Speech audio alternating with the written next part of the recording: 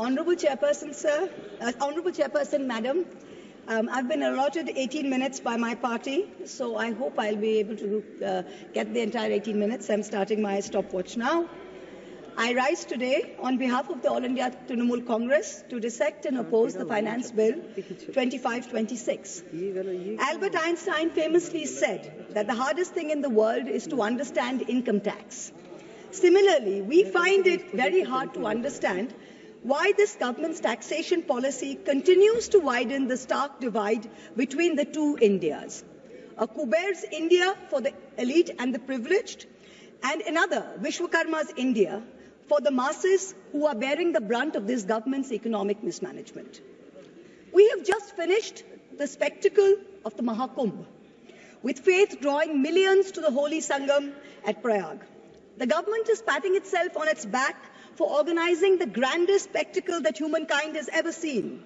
It is a small concern that the same UP government who was unable to count the number of deaths in the Kumbh stampedes and give the country a number was magically able to insist that precisely 63 crore people had bathed in the river.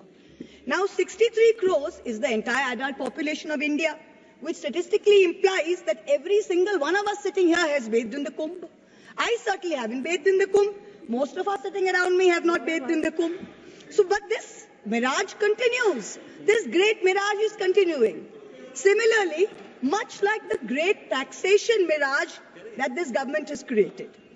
In December 24, in response to a parliamentary question, the Finance Ministry provided certain crucial statistics on taxpayers in this country. What did we learn? We learned that there are 8 crore people in this country who file taxes. But out of that, only 56 lakh people earn more than 15 lakhs per annum. These 56 lakh individuals, these are the engine of India's entrepreneurial and services economy. They are the only ones effectively paying direct income tax. Now, with the new exemption structure, those earning up to 12.5 lakhs annually will pay zero tax.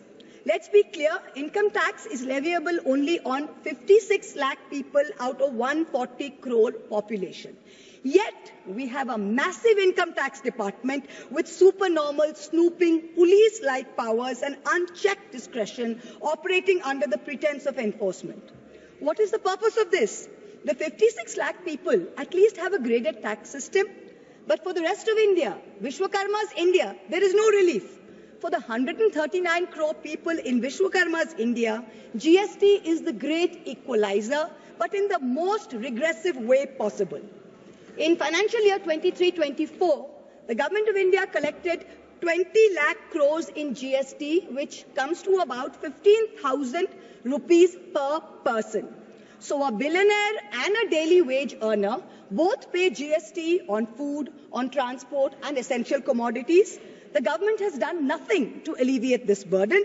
There is no discussion on reducing indirect taxes on essential commodities, no roadmap to ensure fairer wealth distribution. All social sector spending has actually seen contractions. Let me give you a few examples. The finance bill mentions a health and education cess of 4% on income tax. No problem. Everyone's happy to pay this if it goes in the right way. You're taking our money, fine. The Kothari Commission in 1966 had said that 6% of India's GDP must be spent on education. Successive national education policies, including NEP 2020, insisted 6% of GDP must be spent on education. What are we spending today? Around 4.5%. What is China spending? 6.2%. This government's own national health policy of 2017 said that public health must account for 2.5% of GDP. What is this government spending today in the last budget? 1.94%. We must be the only country with a declining spending in health. The last few years, we have come down from 2% to 1.94%. So, Madam Finance Minister, wherever you are, I hope you're listening to me. Taxpayers don't mind paying extra cess for health and education, but at least spend it. Give the country what it deserves. Food subsidies have been slashed even as inflation has bitten into rural households. Between January and December of 2024, rural inflation was 5.4%, a full 100 basis points higher than urban inflation. mainly driven by higher food prices. Manrega is still underfunded. Last year's allocation was 86,000 crores. This year's allocation is also 86,000 crores, even though there's higher demand. If you pay West Bengal its 7,000 crores, which it is due, then you are even decrease the outlay even more. This time you guillotined the food and public distribution demand for grants. There was no discussion. Yet there are certain points that everyone needs to know.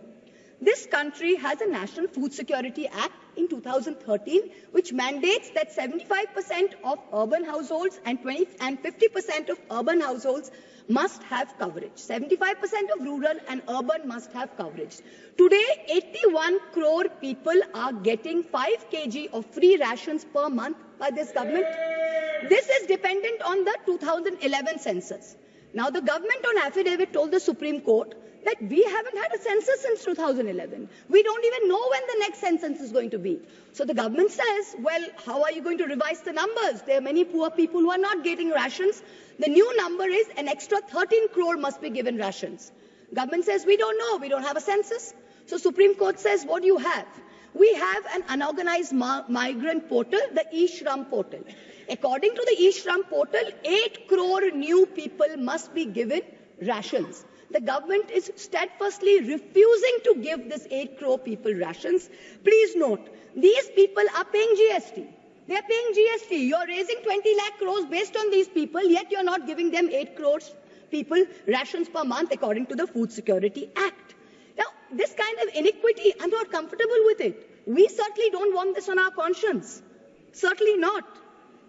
Now what we're talking about is that when you go to you keep saying democracy, democracy, democracy. The Honorable Prime Minister is talking to podcasts all over the world talking about freedom to criticize and democracy and democratic processes. We welcome it.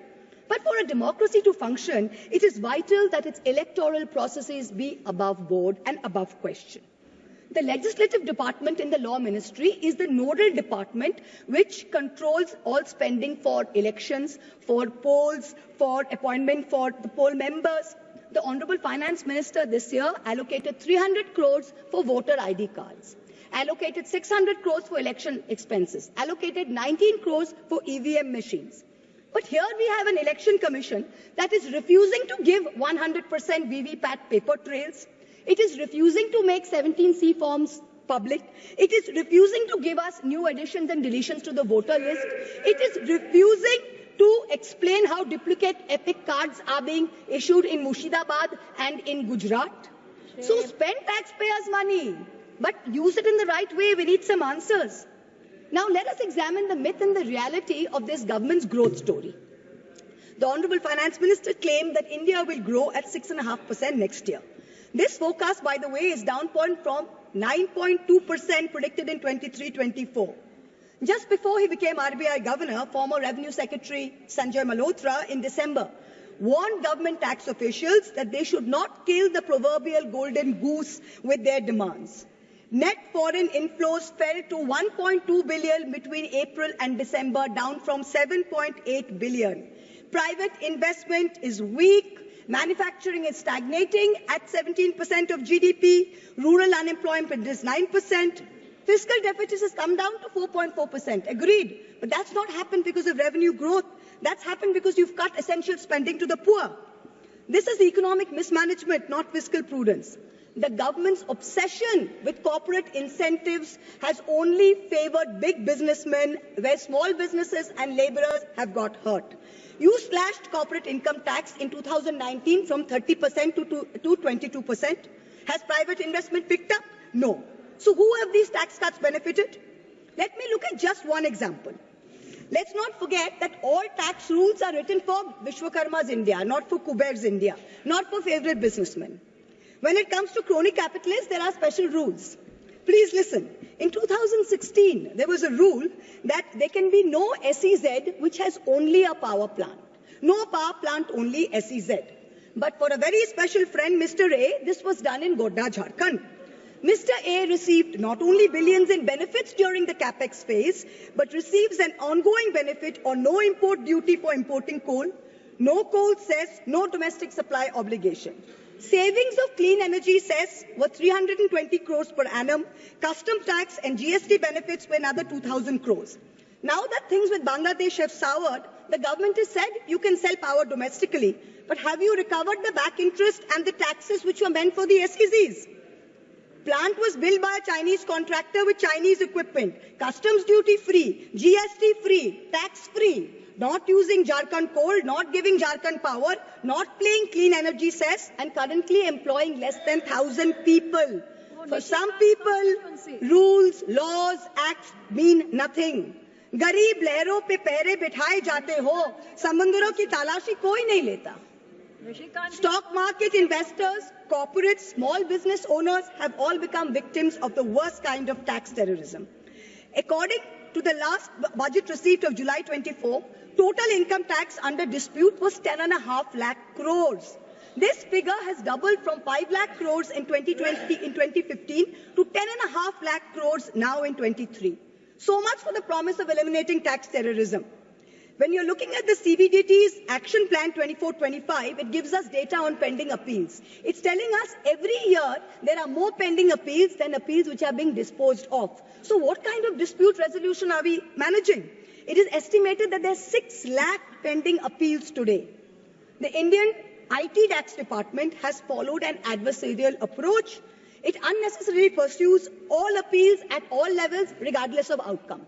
And all your department officials, there is absolutely no penalty on pursuing frivolous regulation. So, kahin bhi kuch bhi case laga do. There's bad drafting of tax laws, different interpretations. High courts are providing divergent opinions. There's confusion. The judiciary simply cannot handle this mountain of pending appeals.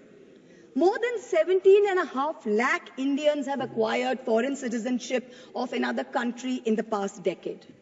An estimated $21,300 millionaires left India in the past 3 years alone. तुमसे दूर जाने की ख्वाहिश नहीं, पर तुम्हारी शक की डर से बहुत डर लगता है. तुमसे दूर जाने की ख्वाहिश नहीं, पर तुम्हारी शक की नजर से बहुत डर लगता है. This is what people are telling this government. GST is a nightmare. You are having to wade through 100 different tax rates, including cesses. Multiple rates, ensuing confusion has facilitated an alarming GST evasion of 2 lakh crores, almost double the 1 lakh crore evasion that was there in fiscal year 2023. 18,000 fraudulent entries have been uncovered. Many more are likely. Senator Barry Goldwater, the Republican senator in the United States, famously said that the Income Tax Act has created more criminals than any other act of government. This is really proving true in India's case. Honorable Chairperson, the government's draconian taxation policies have turned our stock market into a breeding ground for tax uncertainty. Let's examine the facts. They're mind-boggling. 2004, capital gains tax eliminated, replaced by a 0.1% securities transaction tax. 2018, BJP government reintroducing 10% long-term capital gains tax. 2024, this long-term capital gains hiked to 12.5%. Short-term capital gains increased from 10% to 15% in 2018 to 20% in 2025. Securities transaction tax hiked by 60% in 2024. Corporate dividends, once taxed at flat 15%, are now taxed at slab rates with TDS. The government and the SEBI have together destroyed wealth creation in the stock market, both domestic and foreign. When you have Europe, when you have the US, you have Singapore, who are aggressively attracting investors, we are driving them away with policy arrogance and excessive taxation. Also, the new Income Tax Amendment Act contains something rather alarming in the fine print. Is the government trying to bring back electoral bonds in another shape or form? The bonds were declared unconstitutional in February 24 by the Supreme Court. And yet, in the new Income Tax Bill 25, Schedule 8, provisions relating to the electoral bonds are mentioned. Is this legislative oversight? In which case, very shoddy work on your part. And if it's not oversight, then it shows that you're keeping the road open, so some kind of back entry to your favorite Hafta collection system. This is very clear. Electoral bond data shows that companies with negative profits donated 434 crores to the BJP. 41 companies under investigation donated 2,500 crores to the BJP. 30 companies facing investigation donated 335 crores. Madam Finance Minister, the CBDT in your hand is an engine to spur India's growth through transparent and progressive taxation. Please do not turn it into another rogue agency like the ED and the CBI, who have essentially become professional collection agents for this government. 193 cases pursued by the ED, 2 convictions. 2 convictions. 97% of ED cases are against opposition politicians. 23 of 25 switched to BJP, cases were dropped. We are now truly in an Orwellian state. The finance bill doesn't merely focus on taxation. It gives the government sweeping powers of surveillance under the guise of preventing tax evasion. The government now seeks the right to monitor emails, see social media accounts, private messages. The finance ministry can share this data with the enforcement directorate, with the IT department and all other agencies. If 97% of this country is tax exempt, then who will the tax authority scrutinize? The poor 3% who are actually paying taxes, who are the hardworking individuals, who are propping up the service sector. Instead of using Pegasus secretly, the government is now openly spying in the name of suspicion. The new income tax law enables the sharing of information across 10 government agencies. Is this the government's idea of respecting tax-paying citizens who are funding its coffers? I've got time, madam, 2 minutes. While I always try and stick to the narrow confines of topical debate, I am now going to take a cue from the Honorable Prime Minister, who so effectively managed to speak about Vasudhaiva Kutumbakam when asked a pointed question by the US media about crony capitalists and their accountability to the law. So I too am digressing to speak on an issue which has immense controversy and intrigue attached. The story about bundles of currency notes discovered in the outhouse of a judge of the Delhi High Court. Now, the veracity of the incident is still being ascertained, but the Godi media has gone to town debating whether the appointment of judges and how the government of the day must have a preponderant say in the appointment process. We saw the Sushant Singh Rajput case suicide and how an innocent woman was vilified by the Godi media, name dragged through the mud. Same thing happened in my case. Now you see this media are trying to mahol banao. They are trying to toe the government line to suborn the higher judiciary. Someone who cannot be named in this house, who presides over a neighboring chamber, has already added his 2 cents and said how he thinks that the government should do away with the collegium system. Mark my words, just like the Election Commission has been emasculated by the government takeover of its appointments process, this brouhaha and media plans are the beginning of an effort to bring back something like the NGAC with complete government control and do away with the collegium system. No amount of money apportioned to the judiciary will be of any avail unless its independent character is zealously guarded. This is something that we in this House must be allowed to debate. Coming back to the finance bill, it is nothing but a testament to this government's flawed economic vision. I oppose this bill because it taxes the wealth creators, ignores, I've got 10 seconds, madam, ignores the poor and empowers the government with unchecked powers of intrusion. India deserves better. I end by quoting George Orwell in 1984. Every record has been destroyed or falsified, every book rewritten, every picture has been repainted, every statue and street building has been renamed, every date has been altered. And the process is continuing day by day and minute by minute. History has stopped. Nothing exists except an endless present. Very good.